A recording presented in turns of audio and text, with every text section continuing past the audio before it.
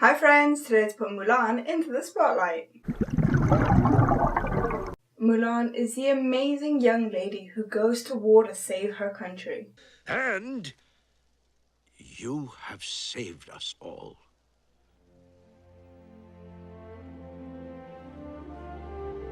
Most people know that Mulan is based off of the main character from the epic poem The Ballad of Mulan. However, as is pretty typical with Disney, most aspects of the character were changed when they decided to make a movie out of it.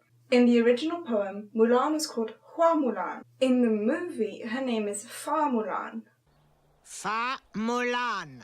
Present. The character to write both of these is the same, they're just different pronunciations. Hua is the Mandarin pronunciation, whereas Fa is the Cantonese. I don't speak either of those languages, so I'm really sorry if I mispronounced anything. Mulan is not an only child in the original poem. She has an older sister and a younger brother. Originally, her younger brother was going to be in the movie, however, directors decided to remove him. This was because if Mulan had a younger brother, he could have volunteered to go in their father's place, and therefore Mulan had no reason to go to war. The Yi family! I will serve the Emperor in my father's place. However, the directors decided instead of a little brother, they were going to give Mulan a pet dog who is called Little Brother as a replacement for this character. Little brother!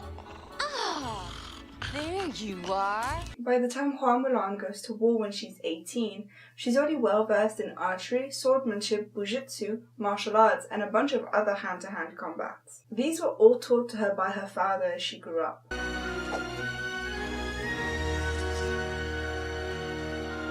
Once in the army, Mulan stayed with the troops for 12 years, slowly making her way up to general. Oh, this is an enormous responsibility, General.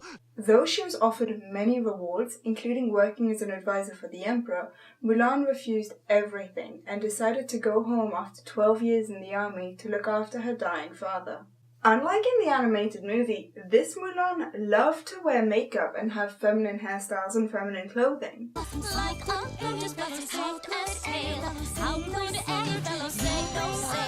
She was also feisty, assured of herself, and knew how to act in society with elegance and grace. Fulfill your duties calmly and respectfully. Reflect before you snack.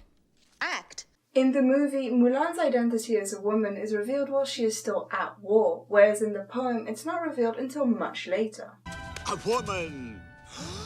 When Mulan returned home from the war, she went back to wearing makeup and feminine clothing and hairstyles and started acting like a lady again. One day, some of her comrades from the war decided to come and visit her and obviously were expecting their male general. When they discover a very beautiful and very feminine woman, they are obviously quite shocked, especially as their general was a very masculine person. They take it really easily, they praise her for what she did and thank her for helping them win the war.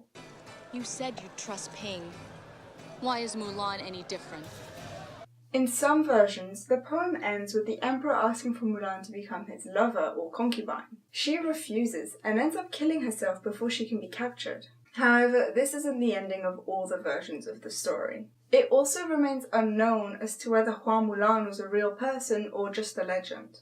As you can see, many aspects of the poem were changed when it was being made into the Disney movie we all know and love today. One aspect that was almost changed was the reason Mulan went to war. In the original poem and the movie that we know now, she goes to war in her father's place to protect him. Father, you can't go. Mulan! Please, sir. My father has already fought bravely. Silence!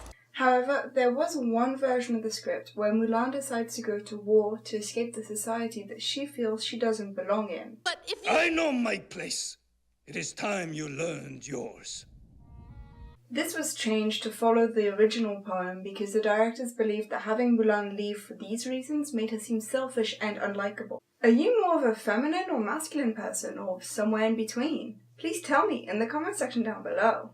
If you want to see any of the other videos I've done, you can click here to watch a video all about Genie, or you can click here and find out why there's pretty much no cubs in The Lion King. Please leave a like if you enjoyed, and I hope you consider subscribing. Until next time, happy babbles!